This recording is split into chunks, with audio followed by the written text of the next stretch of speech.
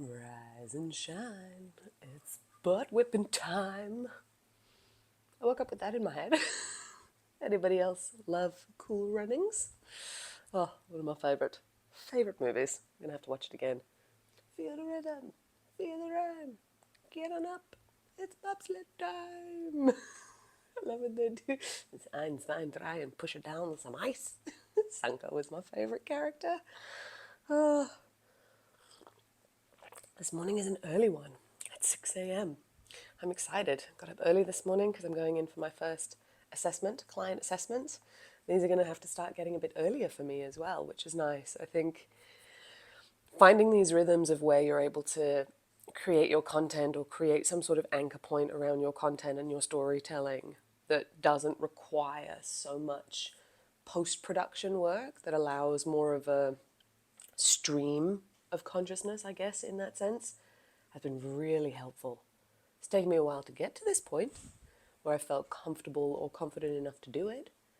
But I also think taking off any expectations of what these sessions are supposed to be has really helped me kind of warm up. I definitely said for the first 2-3 months as well, just to at least be getting into a rhythm, just get used to talking, enjoying sitting down, and already the fact that I enjoy this little ritual of sitting down in front of my camera in, in my living room and having a cup of tea with you guys is, yeah, phase one complete, I think. It's going to be much more fun when you guys start playing with me and giving me comments and things so that I can actually, expand a conversation. But until then, I have plenty to talk about all by myself, which is also something I've come to realize. It's very funny. It's very funny. We're very funny humans. I pulled a card this morning just before we started, and I absolutely love this card, so I think I'm going to start this little session by reading it to you. I think it's always I say it's always. I've done it so many times in my life that you'd think I would have gotten a bit better at it by now, but it's only been in the last little bit that I felt more of that confidence to trailblaze into the unknown. Before, it's always been these little like creeps or steps or anything like that. But the card that I pulled today, I like this one. It's called Letting Go. It's a beautiful lotus leaf, and there's a drop here that's just fallen off and joining the water below. And it reads, in this image of lotus leaves in the early morning, we can see in the rippling of the water that a drop has just fallen. It is a precious moment, and one that is full of poignancy. In surrendering to gravity and slipping off the leaf, the drop loses its previous identity and joins the vastness of the water below. We can imagine that it must have trembled before it fell, just on the edge between the known and the unknowable. To choose this card is a recognition that something is finished, something is completing, whatever it is, a job, a relationship, a home you have loved, anything that might have helped you define who you are. It is time to let go of it, allowing any sadness, but not trying to hold on. Something greater is awaiting you. There are new dimensions to be discovered. You are past the point of no return now, and gravity is doing its work. Go with it. It represents liberation. In existence, there is nobody who is superior and nobody who is inferior. The blade of grass and the great star are absolutely equal. But man wants to be higher than others. He wants to conquer nature. Hence, he has to fight continuously. All complexities arise out of this fight. The innocent person is one who has renounced fighting, who is no longer interested in being higher, who is no longer interested in performing, in proving that he is someone special, who has become like a rose flower or like a dewdrop on the lotus leaf, who has become part of this infinity, who has melted, merged, and become one with the ocean and is just a wave, who has no idea of the I. The disappearance of the I is innocence. I love this card. And clearly, stupid cards. You can see why I call them stupid cards. This big, recognition that something is finished. There's a lot that seems to be wrapping up in my life this year, closing down and wrapping up being in Hong Kong, the city that I was born and raised in, and saying goodbye to this life, saying, starting this new little job while I'm here. So many finishes and new beginnings. And I think it's that remembrance again. It's very tough. It's very tough when you're in it to see any hope or any light sometimes. Like I imagine, I just not imagine. I remember how dark some of those dark days were. Always brings me back to Earl Nightingale's quote, and something that's kept me going along this journey. Because that's what I wanted to talk about, consistency. I think it's very easy, to fall for the consistency is key element with all of this, and that just posting and just doing the bare minimum or doing the reps will get you somewhere. Like,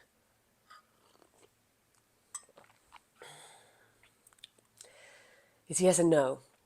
Content creation has a way of you being able to build yourself out of the life that you're in and into a life that you can't even fathom. It does.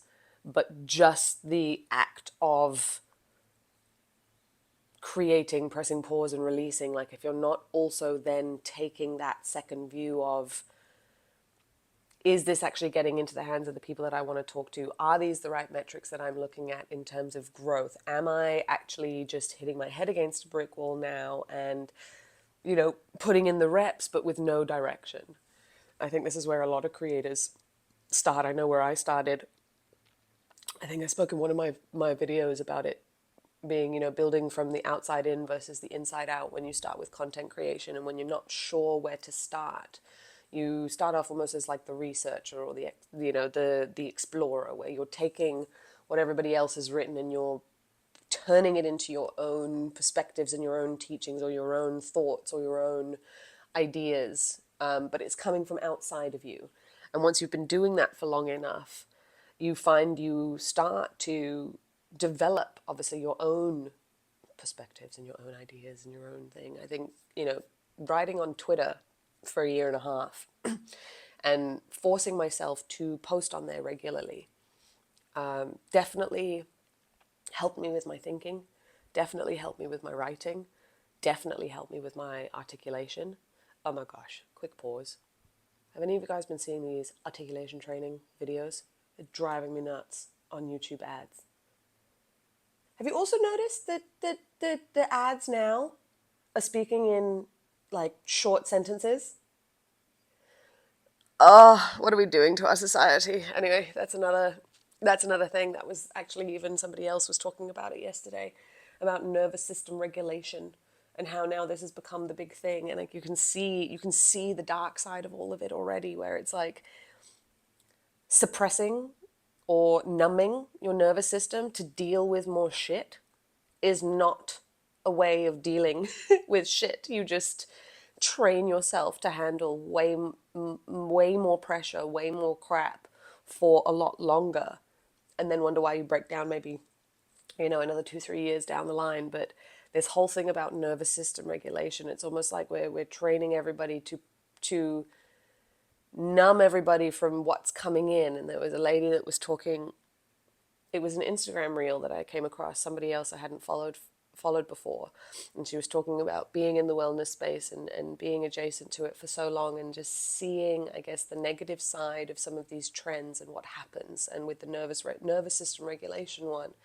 she was just saying everything sounds like we're trying to suppress our natural nervous system response of anger, of discomfort, of all of this stuff that is actually going to give us any sort of fire to change what is happening on the outside. And I mean, I know I felt that when I was deep in the trenches of just head down, hustle, build for, 2-3 years with the agency. And like, that was the only goal. And what I was able to put my body through and what I was able to shut down. It's taken me 2-3 years on the flip side to train myself out of that. And obviously, it doesn't always take that long to train yourself out of things, but like, our nervous systems are there to protect us. We're supposed to know when shit's happening. We're supposed to be able to connect to those feelings and get those tingling red flag feelings when something not right is happening. And it just felt like with all this wording and verbiage around nervous system regulation and all of this stuff, like your nervous system naturally regulates when you are a calm person. Like my nervous system is not fried when I'm in the mountains walking and hiking, and all I have to do is walk for the day and eat at the end of the day.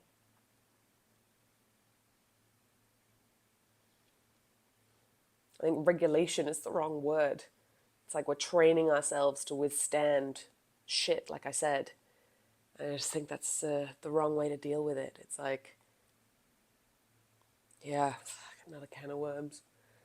I don't know. I'd love to hear what you guys are seeing about this. It's like that same thing with the dark side of wellness being keeping you stuck and over analyzing and over digging into and over consuming the stories of the trauma of this, of the that. And don't get me wrong, like there is good work in, looking back and healing wounds and moving forward. But at the same time, from any given day, we have the capacity to let go and move forward.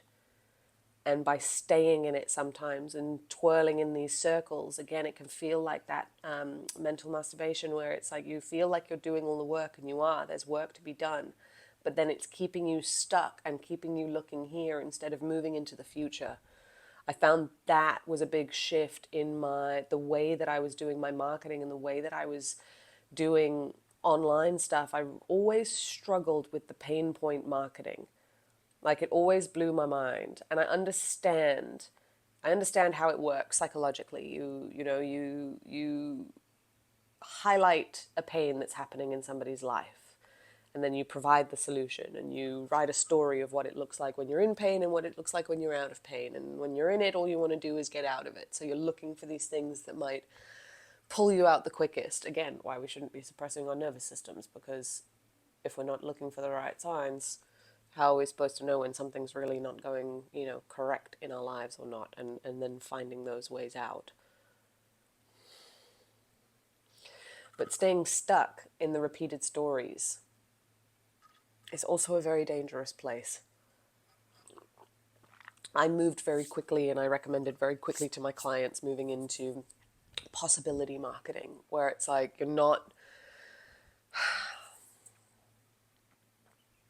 you're coming from more of a place of what can happen if the person decides to take it upon themselves to make the moves to change, and saying that you provide the pathway to do that, instead of I will get you out of pain. Because some people don't want to be taken out of pain. I realized that after a while in my journey. I was way more comfortable sitting in the pain. I was way more comfortable complaining about the pain and not doing anything to change the pain. I was way more comfortable becoming awareness of the pain and aware of all my problems and aware of all my patterns. I still sat in them, still repeated them. Awareness is one thing, but awareness without intentional action in a direction that's actually going to pull you into something new, that's a whole nother thing.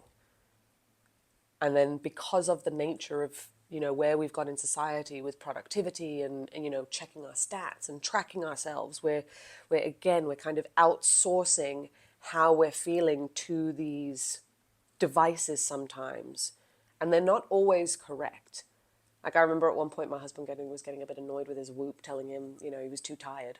He's like, I don't need a sleep score to tell me when I wake up in the morning whether I'm tired or not, or whether I've had a good night's sleep or not. Again, over time, when you're tracking, if you're doing, for athletes and stuff, when you're doing your training, and I think it's good information. That's what those ladies were building with the Maja health app that they're designing, in terms of taking all that data from, women and stuff, because that's also a tough one. Like a lot of these tracking devices, they work on very basic metrics, and then what you derive of that means something different to everybody. It's very strange. We just turn ourselves into live Tamagotchis. That's what I feel like sometimes. But that's also like, it's a nice way of thinking about it when you're looking at like consistency and everything. Is like we are overcomplicated houseplants. Like we need water, we need sunlight, we need sleep, we need rest, we need the few of the basic things. And again, I think it's very easy to want to overcomplicate what getting better looks like, and I don't know why. I don't know why. I'd love to know what you guys think, honestly. I don't know why. Why is it so hard to believe when you're in it that the little things like getting to bed a little bit earlier, or drinking enough water during the day, like hydration is such a big thing. Like, we are energetic and electromagnetic beings, like water running through our veins, electrolytes, moving things through. That's why moving your body is so powerful, even if it's just as simple as going for a little walk each day.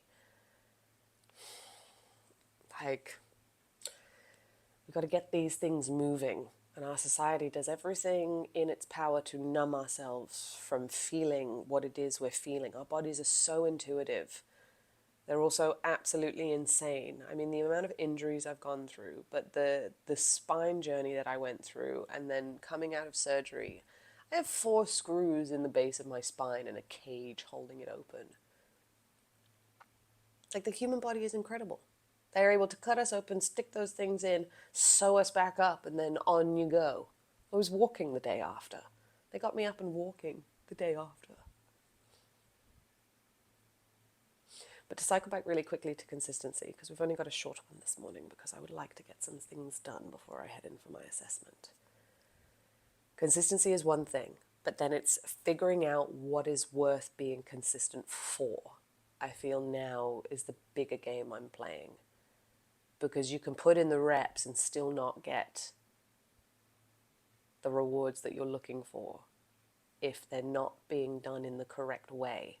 And I think that's when it gets infuriating. That's when people quit. That's when creators go, I'm hitting my head against a brick wall. But it comes into play where you've got that extra layer that you've got to look into. And it was funny, even it was Gary Vee. Love Gary Vee. Always been a big fan of Gary Vee. I actually met him in Hong Kong when he came to do a talk and handed him a painting, which is amazing because I'd written on the back that in 5 years I would be a painter again. And look who managed to talk herself out of that. And who's now reconnecting with her artwork now. Again, shoulda, woulda, coulda. However many years later. Like, if you can just trust that the things that you actually enjoy and the things that are actually calling you are calling you for a reason, and it's not selfish. And it's not wrong. I definitely felt like for a long time there was this weird sense of self-importance around what I was doing, or that it had to feel like it was important. I don't know. But it is important. Like, art is important. Creativity is important.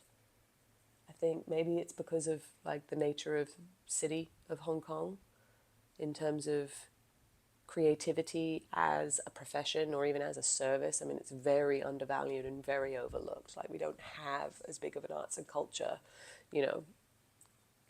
community out here as other places in the world. It was starting to pick up really nicely before COVID, and then that shut it down, and the live music and everything that got shut down with that.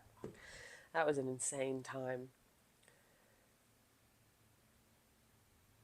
But yeah, I mean, very Asia. I remember even having some conversations with clients are talking about our services, and it's very much, well, if you can do it faster, why can't it be cheaper? And it's like, well, I can do it faster because I've studied this for 10 years or I have X amount of experience in it. That is why I can do it faster.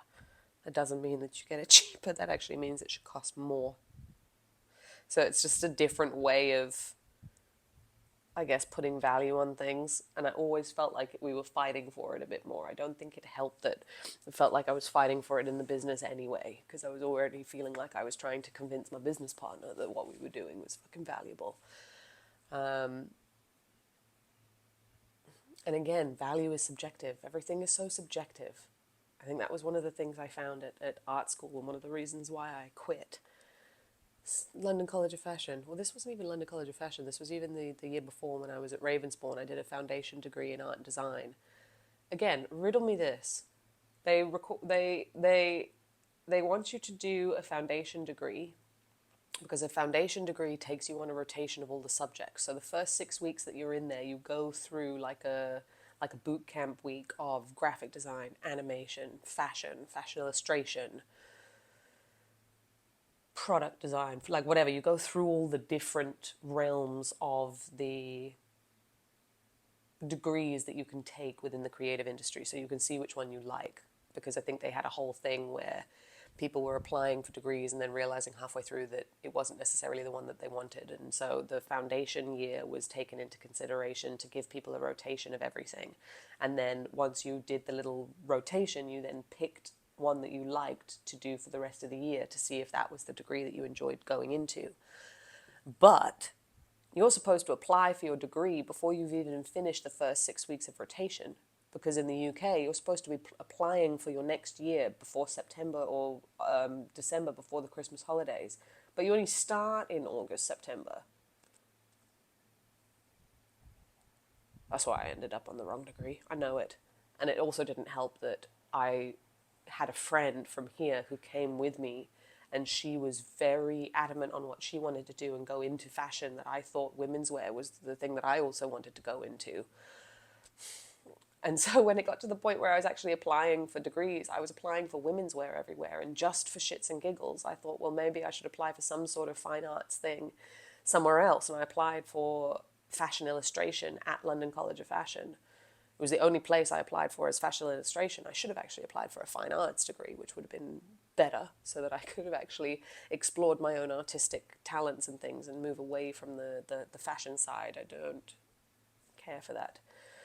Being in that industry doesn't suit me, and I didn't enjoy it. Yeah, I just didn't enjoy it. I guess that's what you go to school to figure out. More of this, less of that. What do you enjoy? What don't you enjoy?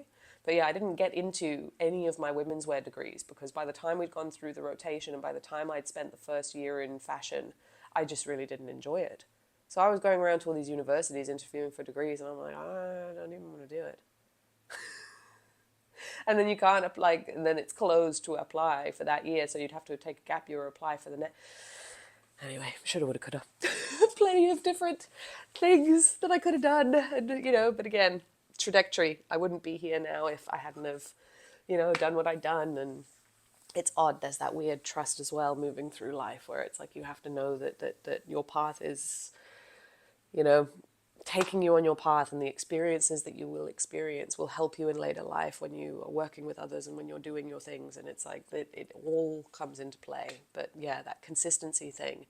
Back to Gary Vee. I just saw a recent video, normally he's very like, document, don't create, just post, just keep posting. And this young girl was talking to him and she's like, oh, I've done over 300 videos on my YouTube channel and I'm not seeing any growth, or I'm not seeing any this, or I'm not seeing any that. And he just said, well, thank you, because this is the first time I'm able to give this advice. It's like, clearly what you are doing is not working. Like, well done for doing it. Well done for getting through the 300 videos. But now it is time to like take that step back and engage brain and see what else you can experiment with to create and to attract your community and attract new people into your world. Because clearly whatever it is you've been doing for 300 videos is not doing that.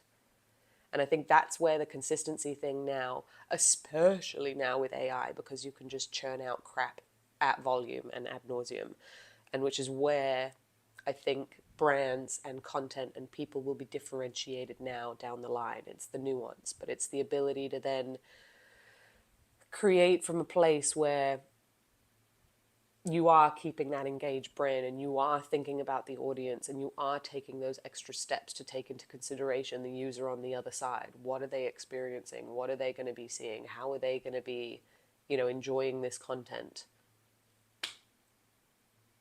So that you can course correct.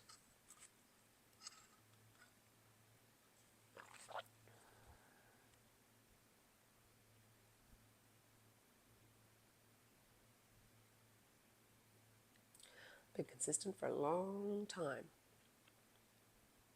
And there is that thought on the online space now. Oh, if I just post for a year, money will come in. It's like, well, yeah, if you post the right things. But if you're not posting the right things, it's still going to just land in dead space. And like I said, even more so now, people's attentions are fried. But this is where I also don't enjoy the advice given online sometimes with the whole hook framework and now these yapping videos and the yapping tutorials of how to actually talk on camera being so formulaic. Because almost linking back to the YouTube ads, you're listening to it now and everyone's talking in full sentences. Everyone's got scripts that are what's the one that I get annoyed at? It's the articulation training. Day 7. Oh, it was it. What does it start? She's like, I'm not 25 anymore. I'm 45. I start my day with 9 minutes of articulation training.